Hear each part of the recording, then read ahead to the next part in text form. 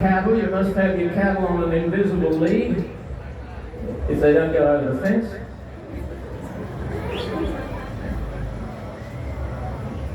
And you walk in and sit. So you charm your cattle on an invisible lead.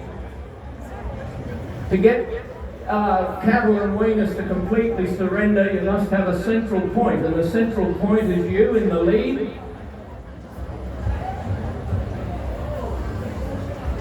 And the dogs are tucking the cattle into you. That takes away all the rogue elements, the breakaways and the spills. Now if this was you at home, you would start with 5 or 6 weaners and you keep adding a few. Adding a few every day until you've got a couple of hundred and you've got your little pup working. When you get a young Kelpie pup or a collie pup, it's got to work opposite, and then he's sick. Sit down. It's pressure on, pressure off, and he's sick. So I'm out the front. I can control the speed and the destination of the cattle. If I want Annie to come back there now, I just say, Annie, come over. Zone her off a bit. Annie's sick.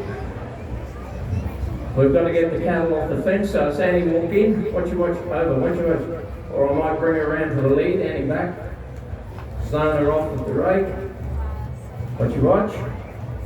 Want to bring him up the hill, watch, Annie back. If I wanted to come here, if you can hear me, Annie here. Back here. Annie stop.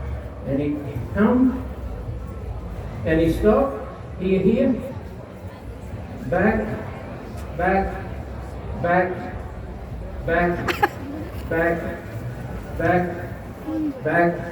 and sit down. That's just showing off.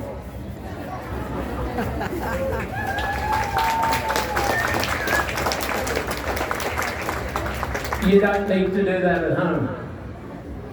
I'm supposed to be telling you how to do this at home, and I'm supposed to be telling you how to train a pup. That's a bit further down the line.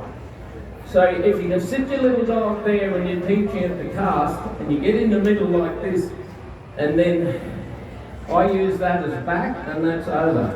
So Annie back. I know the crowd's there, but I can spin her out a bit like that to get her to cast wider. And sit.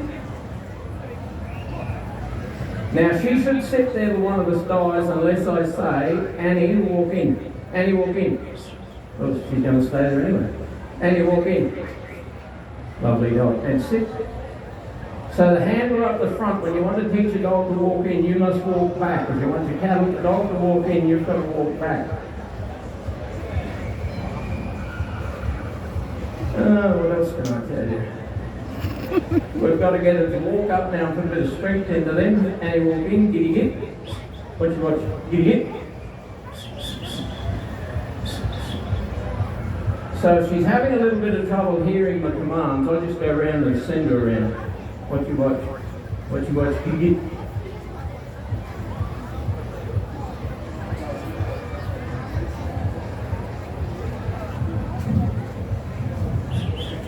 Yeah, so I'm up the lead controlling the speed and the destination of the livestock.